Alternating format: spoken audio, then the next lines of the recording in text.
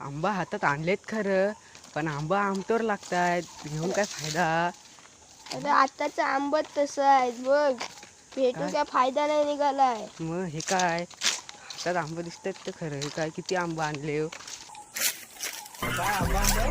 कुठं आणलं होतं? हे आंबा आमचं आहे. काय मग, काय आमचं आंबा आणलं तुम्ही? आता तुम्हाला गोड आंबा देतो. या बसा. हे दे इथे. तुमच्या इथे गोड आंबा आणलाय बघ. पद्धतशीर काय नाही झालं.